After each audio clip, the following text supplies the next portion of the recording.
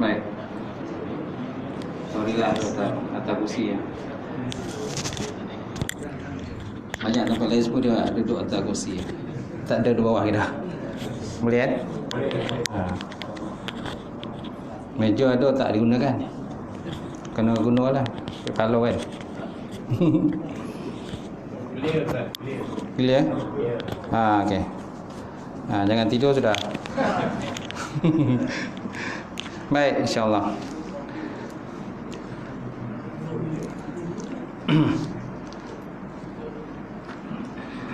Mana-mana pun saya ngajar memang duduk atas kursi, meja kan. Memang dia orang dah sediakan benda tu. Baik, kita mulakan kuliah malam ni dengan membaca umul kitab ila hadatin Nabi Muhammadin Mustafa Rasulullah sallallahu alaihi wasallam wa alihi kiram ashabul nizam. Sya'ullahumul Fatihah. A'udzubillahi minasyaitonir rajim. Bismillahirrahmanirrahim. Alhamdulillahirabbil alamin. Arrahmanir rahim. Maliki yaumiddin. Iyyaka na'budu wa iyyaka nasta'in. Ihdinas siratal mustaqim. Siratal ladzina an'amta 'alaihim ghairil maghdubi 'alaihim waladdallin. Amin. Assalamualaikum warahmatullahi taala wabarakatuh. Alhamdulillahirabbil alamin. Wal 'aqibatul muttaqin wala udwana illa 'alal zalimin. Asyhadu an la ilaha illallah wahdahu la syarikalah wa asyhadu anna Muhammadan 'abduhu wa rasuluh. Allahumma shalli wa sallim ala sayyidina wa nabiyina wa maulana Muhammad wa ala alihi wa sahbihi wa man da'a bi da'watihi wasanna bi sunnatihi ila yaumiddin. Rabbi shrah li sadri wa yassir li amri wa ahlul 'uqdatam min lisani yafqahu qawli. Amma ba'd. Qala Allah Subhanahu wa ta'ala fi kitabil azim ba'da auzubillahi minasyaitonir rajim. Wattaqu fitnatan la tusibanna allazi nazalamu minkum khassah wa'lamu annallaha syadidul iqab. Sadaqallahul azim. Wa qala Nabi sallallahu alaihi wasallam la yu'minu ahadukum hatta yuhibba li akhihi ma yuhibbu li nafsihi. Atau kama qala Rasulullah sallallahu alaihi wasallam. Alhamdulillah yang dimuliakan Fadil imam kita. Mana pun imam dia hilang lah. Ustaz Syami di mana? Ustaz Syami hilang lah. Mengajar kan? Ada kelas eh? Ada. Tak lupa juga Tuan Bilal. Kemudian pengurusi surau, jawatan surau muslimin yang dirahmati Allah. Alhamdulillah kita merafakkan segi-segi puji dan syukur kepada Allah Subhanahu Wa Taala. Allah Taala mengizinkan lagi pertemuan kita, perjumpaan kita malam ini untuk kita menyambung pengajian kita setelah kita berehat sepenuh Ramadan dan juga Syawal kan. Dan kita masih lagi Syawal ni, dah tinggal dah ujung-ujung ni. Tahniah kepada yang telah pun puasa 6 kan. Yang belum habis tu habislah kan, yang tak habis puasa. Yang tak mula tu tak tahulah sampai tak sampai lagi kan. Sebab ada ujung-ujung ni memang dugaan tu besar lah. Besar dugaan kan ujung-ujung ni. Ada orang dia suka dugaan ni besar. Bagus tak dugaan besar tu. Kau tak habis puasa tu ialah kan. Yang paling cantik awal-awal lagi kan. Awal-awal Syawal tu kita dah start lah puasa 6. Alhamdulillah. Baik, insya-Allah. So malam ni kita sambung kitab Riyadhus Shalihin Kita ada? Tak ada. Semua tak ada kan? Semua dah hafal. Alhamdulillah, tahniah. Baik, jadi malam ni kita sambung bab menyuruh berbuat kebaikan dan melarang daripada melakukan kemungkaran Masih lagi dalam jilid yang kedua. Jilid kedua. Hadis yang ke-28. Hadis yang ke-28. Dulu kita ada bahas berkenaan hadis kelebihan jihad lah. Kalimah yang adil di sisi sultan yang zalim. Kemudian ada juga hadis yang menyebutkan bahawa al-jihad ayul afdal jihad ayul jihadu afdal qala kalimatul haqqin inda sultanil jaim. Jadi ada sahabat bertanya dengan Nabi, ya Rasulullah, manakah jihad yang paling afdal? Maka Nabi menjawab, kalimatul haqq inda sultanil jaim, kalimah yang benar di sisi sultan yang ataupun raja yang zalim lah. Baik, so malam ni kita sambung satu ataupun dua hadis lah. Kalau sempat kita baca dua hadis, kalau tak sempat satu hadis saja. Hadis yang ke-28 di muka surat 52. Jumpa Okey, insya-Allah. Hadis ke-28, hadis ini terima daripada Ibni Mas'ud radhiyallahu taala anhu. Qala Rasulullah sallallahu alaihi wasallam, inna awala ma dakhala an-naqsu ala bani Israil kana rajulu yalqa rajula fayaqulu ma haza fayaqulu ya haza ittaqillah wa da' ma tasna'u fa innahu la yahillu laka summa yalqahu minal ghadi wa huwa ala halihi fala yamna'uhu zalika ayakuna akilahu wa syaribahu wa qa'idahu. Falamma fa'alu zalika daraballahu quluba ba'dihim bi ba'din. Summa qala lu'inal ladzina kafaru ala bani Israil ala lisani Daud wa Isa ibnu Maryam zalika bima asaw wa kanu ya'tadun kanu la yatanahawna 'anil munkar fa'aluhu fa'aluhu labi sama kanu yaf'alun tara katsiran minhum yatawallawna allazina kafaru labi sama qaddamat lahum anfusuhum ila qawlihi fasikun. Summa qala kalla wallahi la ta'muranna bil ma'ruf wa tanhauna 'anil munkar wa la ta'khuzanna 'ala yadil zalimi wa la turunna 'alal haqqi atran wa la naqsuranna 'ala haqqi qasran aw liyadribanna Allah qulubi ba'dikum 'ala ba'din summa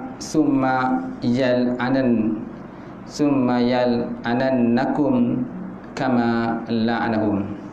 Rawahu Abu Daud wa Tirmizi wa qala hadis hasan haza lafzun Abi Daud wa lafzi Tirmizi qala Rasulullah sallallahu alaihi wasallam lamma waqa'at banu Israil 'alal ma'asi tanahhum ulama'uhum falam yantahu fajalasuhum fi majalisihim wa wakaluhum wa syarabuhum fadaballahu quluba ba'dihim bi ba'din wa la'anahum ala lisani Daud wa Isa ibnu Maryam bima zalika bima asaw kanu ya'tadun. Fajalasa Rasulullah sallallahu alaihi wasallam wa kana muttaqian faqala la wallazi nafsi biyadihi hatta tatra'uhum alal haqqi atran. Panjang hadis itu kan. Maknanya apa? Panjang hadis ni. Hadis ini terima daripada Ibnu Mas'ud radhiyallahu ta'ala anhu, sahabat Rasulullah sallallahu alaihi wasallam lah. Dia ni salah seorang daripada ulama tafsir juga. Kan dia ni pakar juga dalam tafsir, sama juga seperti Ibnu Abbas radhiyallahu ta'ala anhu.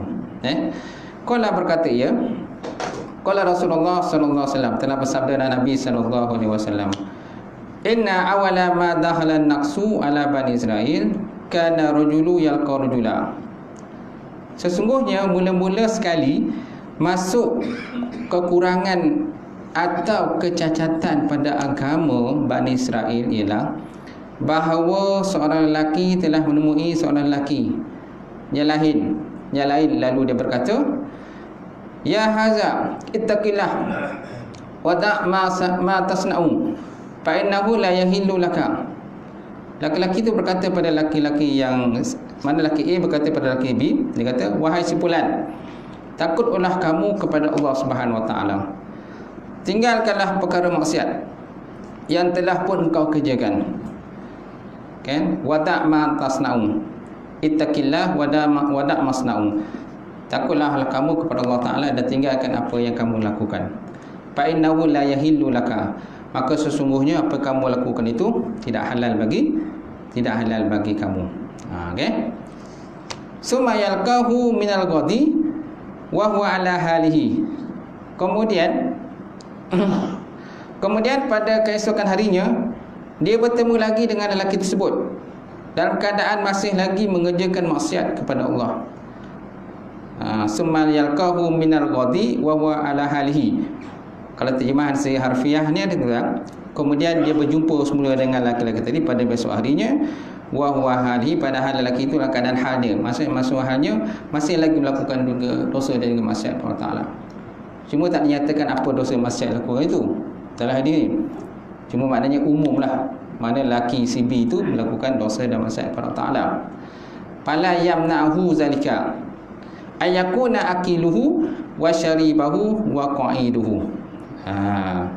Kemudian pada keesokan harinya dia bertemu lelaki tersebut dalam keadaan masih mengerjakan maksiat itu, tetapi perbuatannya yang sembilan itu tidak menghalang ia daripada tetap menjadi kawan di waktu makan minum dan juga duduk bersama. Nampak tak?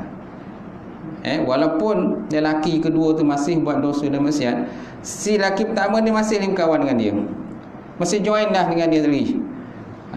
Fala yamna'hu zalika, maka tiada menegahkan dia lelaki tadi buat dosa dan maksiat. Malahan dia masih lagi duduk join bersama. Ayakuna akiluhu wa syaribahu wa qa'iduhu, bahawa adalah dia masih lagi duduk sama dengan dia, kan, tetap menjadi kawan bagi dia, makan dan minum bersama, tidur sebentar lah setelah itu kan. Macam tu. Kemudian tuan, falamma fa'alu zalika daraballahu quluba ba'dhum bi ba'din. Seterusnya, maka tak kala setelah mereka berbuat demikian itu, Allah Ta'ala telah melaknat hati-hati setengah mereka dengan setengah yang lain. Kemudian Nabi SAW lalu membaca ayat yang berikut. Jadi sebabkan oleh lelaki B ni masih lagi berkawan dengan si B, si A masih berkawan dengan si B yang ahli maksiat, kan, dia tak, dulu mula-mula dia tegah, lelah dia tak tegah lagi dah, kan. Takut hilang kawan tu yang bahaya tu kan. Disebabkan kadang-kadang kawan dengan kawan kan, jadi dia kawan lain tak ada, tu je kawan seorang, tu je kawan seorang dia, yang seorang ni pula ahli maksiat pula. Jadi tak nak, terpaksa nak berkawan gitu kan. Ni alasan dia lah, alasan si A tu. Jadi apabila benda tu masih lagi berlaku, falamma fa'alu zalika daraballahu quluba ba'dhum bi ba'din, maka tak kala mereka masih lagi melakukan dosa dan maksiat tadi, yang si A ni pula masih join lagi dengan dia, maka Allah Ta'ala telah pun mencop ataupun melaknat hati-hati setengah mereka dengan setengah yang lain. Lalu Allah Ta'ala, lalu Nabi SAW pun membaca ayat tadi, lu'inal ladzina kafaru ala bani Israel ala lisani Daud wa Isa ibn Maryam zalika bima asaw wa kanu ya'tadun kanu la yatanahawna 'anil munkar fa'alu labi sama kanu yaf'alun tara katsiran minhum yatawallawna allazina kafaru labi sama qaddamat lahum anfusuhum ila qaulihi fasikullah. Maksudnya apa tuan-tuan? Lu'inal ladzina kafaru, Allah Subhanahu wa taala telah melaknat ataupun orang kafir daripada Bani Israel, Yahudi, telah dilaknat di dalam kitab Zabur dan juga kitab Injil melalui lidah Nabi dan Allah Daud alaihissalam dan juga Nabi Isa ibni Maryam. Yang demikian tadi tuan-tuan disebabkan mereka mendahaka dan selalu menceroboh, dan juga selalu menceroboh hukum Allah Subhanahu wa taala, larangan-larangan Allah Subhanahu wa taala. Mereka tidak saling berlarangan sesama mereka daripada perbuatan muka yang telah mereka lakukan. Mereka tak nak, orang kata tegur, tak nak tegar. Kalau sahabat lain buat dosa dan maksiat, masing-masing duduk diam je tu, kan, malahan join, masih lagi berbaik-baiklah dengan orang dosa dan maksiat ni. Itu yang bahaya tuan-tuan. Sepatutnya ciri-ciri orang-orang yang beriman, kan, kalau nampak sahabat-sahabat kita buat benda tak elok tu, kita tegurlah. Dia tak nak terima, tak nak terima tu pulang pada dia lah kan. Tugas kita hanyalah menegur. Hakikatnya antara diri Allah Ta'ala lah beritahu dia kan. Kalau Allah Ta'ala bukakan hati dia, kan, bagi kesedaran pada dia, dia akan sedar. Kalau Allah Ta'ala tak bagi kesedaran pada dia, macam tu jugalah. Tapi hakikatnya orang nak buat baik, dia mesti berusaha nak buat baik. Orang nak berubah, mesti berusaha nak berubah. Mesti berusaha nak berubah. Tanpa nasihat orang lain, kalau dia tak nak berubah, kalau orang bagi nasihat pada dia, kalau dia tak nak berubah, maka dia tetap tidak akan berubah sampai belum dia. Itu juga kalau orang nak masuk Islam, orang kafir masuk Islam kan, dia mesti usaha nak masuk Islam. Kalau dia tak usaha, dia tak akan berjaya masuk Islam. Betul tak? Dia mesti usaha lah. Kalau orang jahat nak berubah jadi baik, mesti berusaha nak berubah jadi baik. Kan? Di samping itu orang lain mendorong dia lah untuk buat baik. Seorang itu kadang-kadang bergantung juga dorongan orang lain. Tak ada dorongan orang lain, maka dia pun tak akan berubah juga. Tapi hakikat orang yang nak berubah itu sendiri mestilah berusaha untuk berubah. Kalau dia tak usaha pun tak akan berjaya juga. Walaupun kita tuam macam mana saya kan, tuam kan, tu tak tuam. Setelah kita tuam tu, bagi dia kesedaran betul-betul kan, tak juga sedar. Nak buat macam mana? Kita pukul ke, kita pukul macam mana pun, kalau dia tak sedar pun tak akan sedar juga. Macam tu. Baik tu seterusnya, kita sambung lagi. Orang kafir daripada Bani Israel, Yahudi telah dilaknat dalam kitab Zabur dan kitab Injil melalui lidah Nabi Daud AS dan juga Nabi Isa ibni Maryam. Yang demikian itu sebabkan mereka menderhaka dan selalu menceroboh hukum Allah Subhanahu Wa Taala. Mereka tidak saling berlarangan sesama mereka daripada perbuatan muka yang telah mereka lakukan. Kan, demi sesungguhnya tuan-tuan, telah buruklah apa yang telah mereka kerjakan. Labi sama kanu yafalun. Kanu la yatanahawna 'anil munkar fa'alu labi sama kanu yafalun. Sungguh buruklah apa yang telah mereka kerjakan, lakukan tadi. Walaupun pada diri mereka menganggap diri mereka itu baik, bagus. Alah, dia kata tak ada Allah Ta'ala, kata melaknat kita pun. So kita kekal lah buat dosa dan maksiat kita. Tak ada siapa pun nak marah. Itu namanya istidraj. Kan istilah istidraj? Istidraj ni kan maknanya Allah Ta'ala bagi dia nikmat je tu, nikmat. Tak apalah, aku buat lah. Tak kisah, aku buat lah, kata Allah Ta'ala. Sampai tu tahap dan ketiganya, okey, aku akan tarik engkau. Dalam keadaan kau tadi mati dalam keadaan tidak, kan, beriman kepadaku, kata Allah Subhanahu Wa Taala. Baik. Seterusnya tuan-tuan, engkau melihat banyak daripada mereka menjadikan orang-orang kafir musyrik teman rapat mereka. Demi sesungguhnya amatlah buruk apa yang telah mereka sediakan bagi diri mereka. Sehingga akhir ayat dia telah firman Allah Ta'ala fasikun. Mereka orang-orang yang fasik. Okay. Seterusnya tuan-tuan, summa qala, kemudian Nabi SAW bersabda lagi, kalla wallahu la ta'muranna bil ma'ruf wa tanhauna 'anil munkar wa la ta'khuzunna an yadil zalimi wa la tatruunna ala haqqil atran wa la naqsurunna ala haqqi qasran aw liyadribanna Allahu qulubi ba'dikum ala ba'din summa yal'anannakum kama la'anahum. Apa maksudnya tu? Seterusnya Nabi Muhammad SAW bersabda lagi, kalla, sesekali tidak. Kalla maksudnya sesekali tidak, atau jauh sesekali. Demi Allah, hendaklah kamu menjuruh berbuat baik dan melarang daripada melakukan kemungkaran, dan hendaklah kamu pegang tangan orang zalim itu.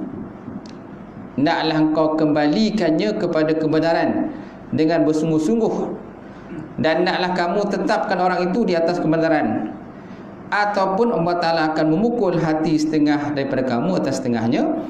kemudian dia melaknat kamu semua sebagaimana dia melaknat kaum Bani Israel.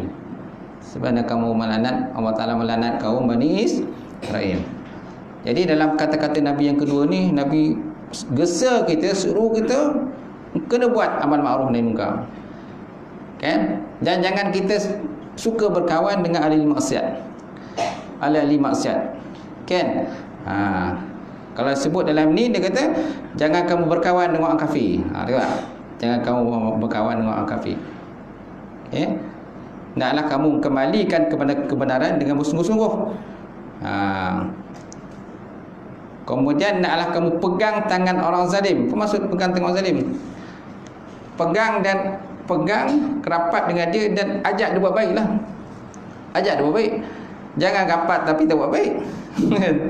Rapat tapi dia pun hancur sekali. Mula dia tak menogok arak. Lain-lain bila kawan orang tu dah menogok arak pula.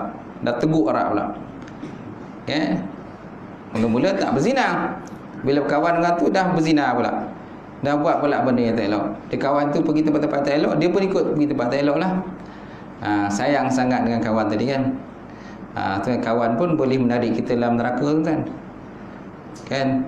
Esok, akhirat besok. Dengan siapa yang kita berkawan. Kalau kita kawan dengan orang soleh, insya-Allah kalau dia masuk syurga, kita pun masuk syurga. Tapi kalau kawan dengan orang toleh, orang jahat, dia masuk neraka, kita pun masuk neraka sekali. Tapi kalau seandainya kita bagi nasihat mereka, pujuk dia buat baik kan, insya-Allah kita akan selamatlah.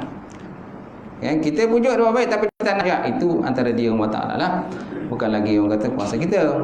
Kan, tugas kita selesai dah tu. Tanggungjawab kita kan.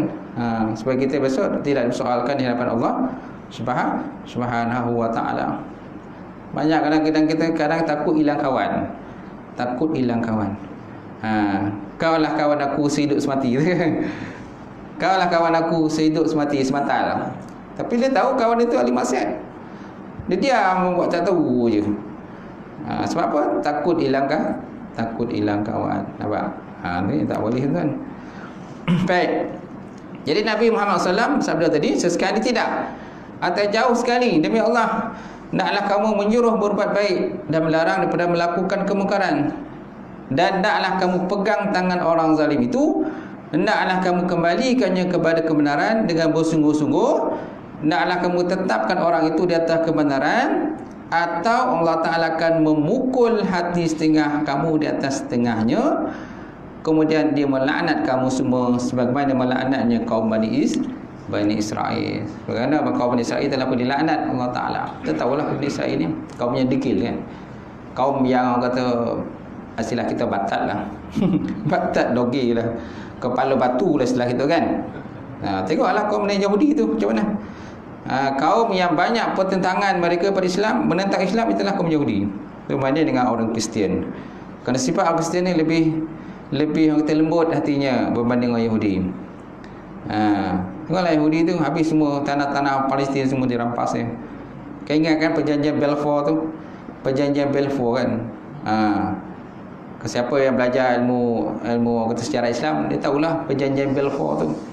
Yang ditandatangani oleh Thomas Balfour tu. Kan? Kerana dulu tuan-tuan, selepas daripada peperangan dunia yang kedua, setelah jatuhnya kerajaan Osmaniyah, kan, tanah Palestin itu jatuh pada British. Tanah Palestin itu jatuh pada British setelah daripada kejatuhan kerajaan Osmaniyah selepas daripada perang dunia yang kedua. Kan? Dalam peperangan dunia kedua itu, orang Yahudi ada menolong orang British. Orang Yahudi bantu British dalam peperangan melawan kerajaan Osmaniyah di Turki masa itu. Disebabkan oleh telah termakan budi lah kita. Termakan budi lah orang British, termakan budi pada Yahudi. Maka akhirnya itu yang Palestin itu diserahkan kepada Palestin itu serah pada Yahudi. Melalui perjanjian Balfour tu. Itu Yahudi masuk kan, berduyun-duyun masuk ke dalam Palestin, merampas tanah Palestin macam tu. Mereka masuk pun tanpa persetujuan daripada kerajaan Arab masa tu. Dia tak ada persetujuan, main masuk aja, merampas je. Itu yang kata banyak yang terjadi peristiwa Nakbah kan. di Sunabah tu ramai orang Islam Palestin yang dibunuh, 20,000 orang Islam dibunuh.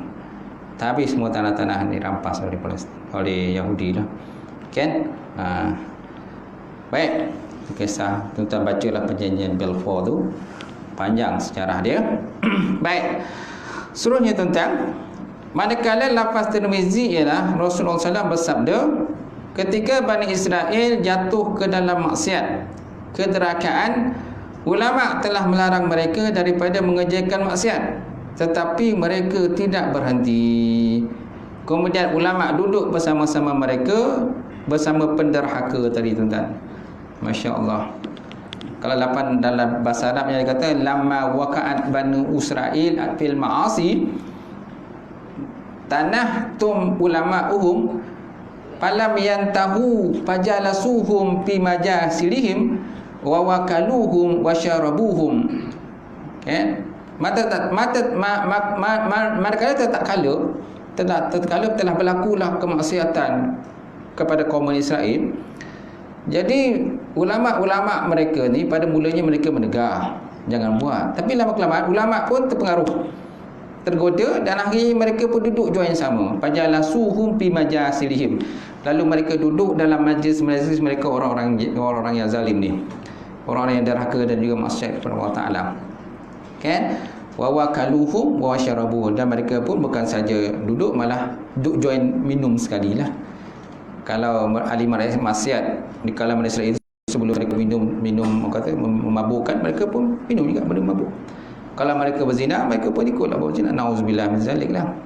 Kan? Kemudian apa yang berlaku tuan? Fadaraballahu quluba ba'dhum bi ba'din. Maka lalu Allah Subhanahu wa taala memukul hati setengah daripada setengah yang lain. Allah Ta'ala memukul hati setengah daripada mereka dengan setengah yang lain. Ini istilah-istilah dalam ilmu macam ilmu balaghah. Kan? Allah Ta'ala memukul hati. Okay? Mana mengunci lah hati mereka tu, kunci hati. Macam dipeterikan kunci hati, maka sukarlah mereka nak berubah untuk buat baik balik. Allah Ta'ala dah kunci dia punya sifat-sifat yang tak elok tadi bersama dengan kaum-kaum yang zalim tadi lah.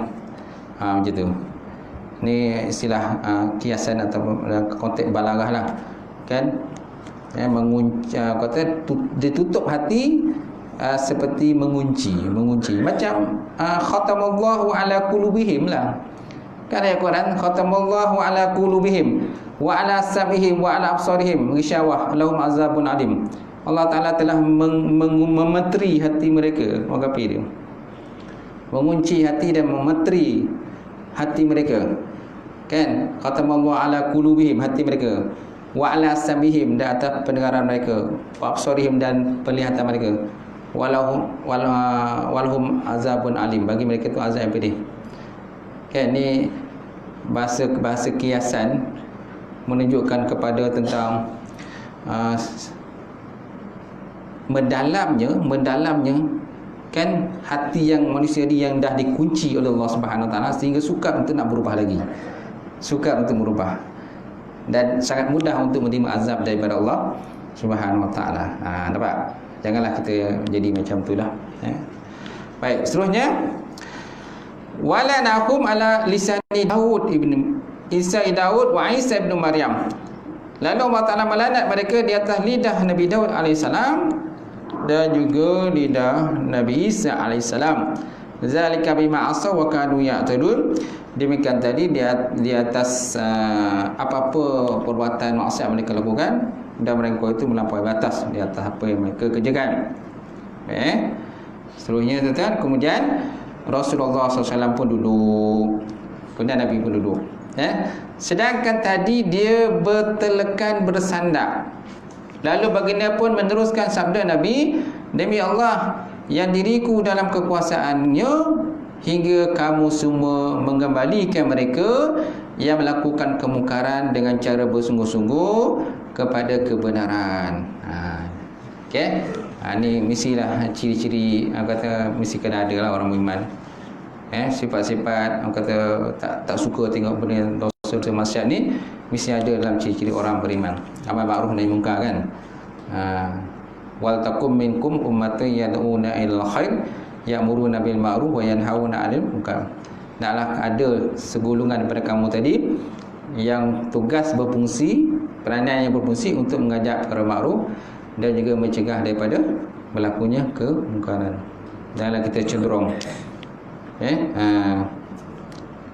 wala tarkanu ilal ladzina zalamu. Ingat ayat kan? Wala tarkanu ilal ladzina zalamu fatamassakumun nar. Janganlah kamu cenderung kepada kezaliman. Nescaya kamu nanti akan disentuh oleh api neraka. Sentuh ataupun dibakar oleh api. Jangan kamu cenderung pada kezaliman. Nampak benda-benda yang tak elok, zalim, cubalah cegah. Kalau tak mampu cegah, laporkan pada pihak yang berkuasa, yang ada autoriti lah. Sebab kita nak cegah kemungkaran pun, kesilap boleh cegah, kita lah kena salah pula. Kita nak tangkap orang khalwat, kita yang kena tangkap balik. Betul tak? Kita nak tangkap orang khalwat, tuan-tuan, disebabkan oleh kita ni main terjah macam tu je, tak ikut dia punya orang kata peraturan SOP macam-macam kan. Lala kita boleh kena dakwa nanti di mahkamah, menceroboh masuk kan. Sebabnya nak masuk rumah orang pun, nak tangkap orang khalwat pun mesti ada dia punya peraturan jalan-jalannya lah. Zaman sekarang orang kan banyak menggunakan kan mahkamah, kan saman ni macam-macam saman lah. Dan itu sebabkan separuh daripada kita ni kadang-kadang buat tak tahu je. Lantaklah dia. Apa nak jadi jadilah. Kalau kita buat kan kita kena tangkap balik gitu kan. Kita cuba cegah kan kita kena tangkap balik. Tahu tak? Itulah yang biasa bermain main dalam kepala tak kita masing-masing kan. Macam tu. Tapi tak cegah pun tak boleh. Takkan kita nak biar macam tu je kan. Dah tahu benda salah, cubalah kita ambil peranan. Apa yang boleh kita mainkan. Nak biarkan terus tak boleh. Nanti balak Allah Ta'ala pula akan turun. Betul tak? Macam tu. Bil hikmatilah, dengan hikmah yang baik insyaAllah. Janganlah sampai kita nak sampai tahap memukul orang. Dah sekarang jadi kes bunuh pula kan. Asalnya memang kita nak cegah dia buat kata elok. Disebabkan oleh sikap panah baran orang yang nak tangkap tadi. Panah baran, akhirnya orang tu dipukul sampai lembik macam tu, akhirnya meninggal pula. Dah meninggal, kita pula salah lah. Kita pula kena tangkap pula, sebabkan bunuh kan. Macam tu. Hati-hatilah kan. Baik. Apakah penjelasan daripada hadis ini? Pertama, orang-orang kafir dilarang daripada dilantik menjadi ketua orang-orang Islam. Nampak? Orang-orang kafir dilarang daripada dilantik menjadi ketua orang Islam. Ini memang pengajaran pada hari ini. Kalau ayat Quran pun memang banyak berkenaan dengan tegahan daripada melantik orang kafir sebagai pemimpin. Pemimpin kan. Kalau kita tahulah dia orang kafir, walaupun zahirat nampak dia baik, tapi hakikat kita tak tahu. Tahu kan? Tahulah zaman sekarang macam mana keadaan Islam zaman sekarang kan. Itu. Tak fikirlah sendirilah. Walaupun ya dalam konteks Islam pun Nabi pun sebenarnya ada juga melantik orang kafir. Nabi ada melantik orang kafir penunjuk jalan. Kan kisah Nabi hijrah daripada Mekah ke Madinah. Siapa penunjuk jalan yang Nabi lantik? Uraikot tu. Silap ujung dia namanya Uraikot. Kan? Dia ni lantik oleh Nabi untuk menjadi penunjuk jalan. Nabi menggunakan khidmat orang kafir. Masa tu dia belum masuk Islam lagi. Belum masuk Islam. Saya pun tak tahu sama dia masuk Islam tidak. Abdullah bin Uraikot nama dia. Uraikot tu dia menjadi penunjuk jalan kepada Nabi Muhammad SAW dalam peristiwa hijrah Rasulullah SAW. So maknanya Nabi pun ada menggunakan khidmat orang kafir juga. Ini macam ni dah tahap sampai menjadi pemimpin kita. Pemimpin tu yang susah tu. Kadang susah juga nak percaya kan. Kita pun kena fikir banyak kali lah kalau nak melantik orang kafir lah. Sebab nanti dia punya akibat tu buruk lah kan. Kalau tak betul cara dia, tu yang kerana Islam dipelekehkan, kita takut tu. Baik, seterusnya yang kedua, Allah Ta'ala melaknat orang yang mengerjakan maksiat itu oleh sebab maksiat itu satu perbuatan yang dikutuk oleh Allah Ta'ala. Allah Ta'ala melaknat orang yang mengerjakan maksiat itu sebab maksiat itu satu perbuatan yang dikutuk oleh Allah Subhanahu wa Ta'ala. Jadi tugas Allah Ta'ala. So mana Allah Ta'ala pun pernah melaknat. Allah Ta'ala pun melaknat juga. Memanglah Allah Ta'ala ada sifat Ar-Rahman Ar-Rahim. Allah Ta'ala ada sifat pemurah dan juga penyayang. Betul tak? Bismillahirrahmanirrahim. Dengan nama Allah Ta'ala yang maha pemurah dengan penyayang. Okey. Kat situ pun kita nampak pada asalnya Allah Ta'ala ada sifat penyayang, pengampun dan penyayang. Tapi ada satu tahap nanti Allah Ta'ala melaknat pula.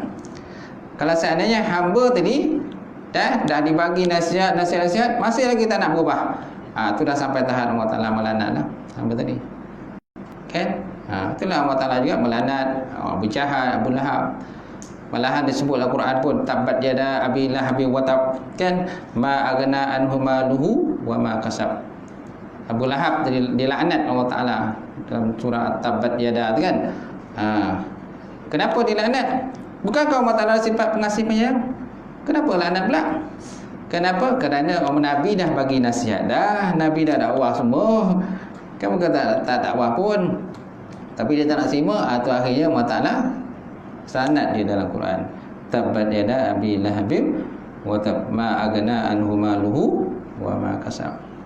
Yang ketiga, janganlah biasakan diri bergelumang dengan maksiat yang hanya memikirkan alasan badan masih muda dan tenaga masih ada. Nampak tak?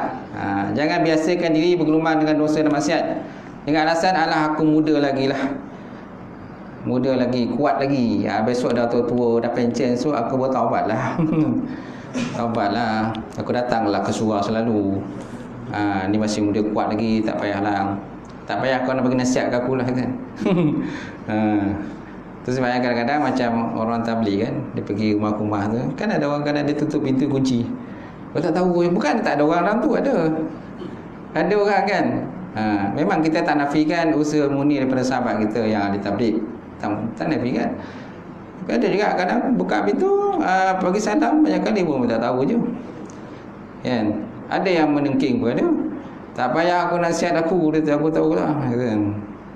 Ataupun dia kata kubur masing-masing, kubur kau, kubur aku. Tak payah kau nasihat aku lebih pandai daripada kau tu. Macam-macam tu tak. Baik. Yang keempat, bertaubatlah kamu sebelum terlambat, selagi pintu taubat masih dibuka oleh Allah Subhanahu Wa Taala untuk menjadi hamba-Nya yang insaf dan menjadi hamba yang soleh. Pintu taubat tu masih terbuka lah. Selama mana, kalau sebutlah hadis tu, selama mana nyawa itu belum sampai ke kerongkong, ke halkum, malam yughayyir. Innallaha yaqbalu taubatil abdi malam yughayyir. Allah Ta'ala akan terima taubat hamba selama mana nyawanya belum sampai ke kerongkong. Bila sampai tak, pintu taubat telah pun ditutup oleh Allah Subhanahu Wa Ta'ala. Yang kelima, kekufuran itu membawa ke gerbang api neraka. Kufur atau kafir membawa kepada gerbang api neraka. Yang keenam, sampai melakukan kemungkaran, bangsa Yahudi menunjuk-nunjuk kemungkaran yang dilakukannya dan tidak melarangnya. Ini sifat Yahudi ni kan, dia suka menunjuk-nunjuk kemungkaran yang telah dilakukan dan malahan tidak melarang. Mana ulama-ulama mereka pun tak menegah. Kalau ada di kalangan bangsa-bangsa Yahudi ini mengambil tindakan, mempelekeh orang Islam dan sebagainya, menarik-narik tolong orang Islam, muslimat Islam kan. Kadang budak-budak dia apa je, dia kata banyak, dia tengok tuan, yang ditangkap itu budak-budak. Budak kecil ditangkap, yang baling-baling batu tu yang ditangkap kan. Yang besar-besar dia tak berani ditangkap. Yang budak-budak kecil tu ditangkap nampak. Tapi budak-budak ni pun, budak kecil Palestin ni pun melawan dia. Tampar ada tu yang dia kes dulu tu, yang perempuan tu, budak perempuan tu. Dia dah lepas dah. Kan dia kena tangkap dia kan. Saya lupa nama dia. Kan ditampar tentera Yahudi tu, berani dia. Yang dia kena tangkap tu. Tapi sekarang dia dah lepas dah. Okay. Tu berani tu kan. Kita kalau boleh pun beranilah macam tu. Berani, sifat berani ni kena ada lah. Siapa yang kata orang-orang yang zalim ataupun orang yang ingkar pada perintah Allah Ta'ala ni, yang lil maksiat ni, kita kena tegas juga. Tak boleh kita biar macam tu je. Kan? Macam tu. Baik, seterusnya yang keenam, yang ketujuh, mendiamkan diri dan tidak menegur perbuatan maksiat akan mendorong perbuatan itu dan akan menyebabkannya berleluasa. Mendiamkan diri, sukut atau diamlah. Kan ada sebut hadis kata saya silap, kaedah kau hadisnya tu, as-sukut alamatur ridha. Ingat tak? As-sukut alamatur ridha. Diam itu tanda redha. Diam itu tanda redha. Jadi diam pun menyebabkan orang itu redha. Ini menyebabkan tanda orang itu redha di atas kemungkaran yang dilakukanlah. Perempuan tu juga, kalau perempuan dipinang oleh lelaki, kan, dia diam je. As-sukut alamatur ridha. Diam tu tanda setuju lah dia.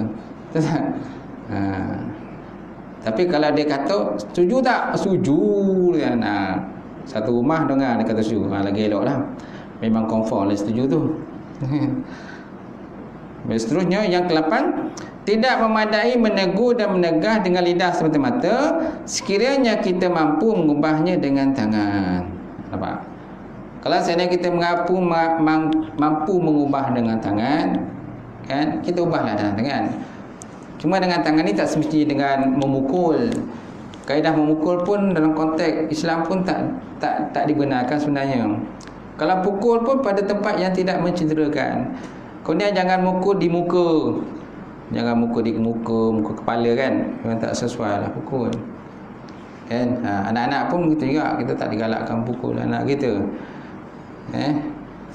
Sesekali pukul tu untuk mengajar boleh. Tapi janganlah sampai mencederakan anak-anak. Betul tak? Sebab budak-budak ni kadang-kadang bila kita tak pukul kan, dia tak berubah. Dogi kau tak tahu je. Kan? Kita nak buat semayang kan. Dah semayang belum? Diam. Dah semayang belum? Belum. Dah berapa kali kita cakap semayang? Tak semayang lagi dah. Berbuih kita cakap tak semayang. Akhir ambil kotan. Ambil kotan tu kali. Barulah nak semayang. Kalau tak semayang, tak bergerak lah itu kan. Itu. Jadi maknanya pukul pada dalam keadaan yang tidak boleh mencederakan badan dia lah. Jangan pukul di kepala, di muka kan, menyebabkan anak kita pun jadi bangang. Boleh bangang kan. Dungu lah. Kalau kita pukul kat kepala, dungu. Yang nak jadi dungu. Macam tu. Baik, sikit lagi Habis dah. 8. Tidak memadai menegur dan menegah dengan lidah semata-mata, sekiranya tidak mampu mengubahnya dengan tangan.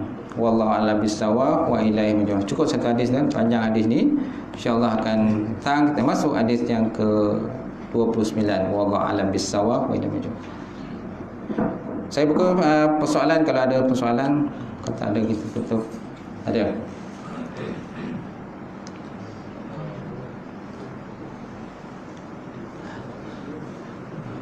Pembusra? Tak ada. Ada jamuan raya? Tak ada jamuan raya lepas ni. Habis Okey, habis tak ada. Wallahu a'lam. Auzubillahi minasyaitonir bismillahirrahmanirrahim. Alhamdulillah wassalatu wassalamu ala asyrafil mursalin wa ala alihi wasahbihi ajmain. Allahumma zidna ilman nafi'a wa yaqinan syarika wa mutaqabbala wa rizqan halalan barakatan kasra wa ziyadatan ya alim wa lana qulubana bi nuri ma'rifatika wa ta'arifin. Allahumma fakana fidin, Allahumma fakana fidin. Allahumma ijma'na hadza jam'al marhuma wa tafarraqna min ba'di tafarruqan ma'suma. Rabbana iftah bainana wa baina qaumina bil haqq wa anta khairul fatihin. Rabbana atina fid dunya hasanah wa fil akhirati hasanah wa qina azabannar. Subhana rabbika rabbil izzati amma yasifun wa salamun alal mursalin. Qabalallahu minkum minna wa minkum taqabbal.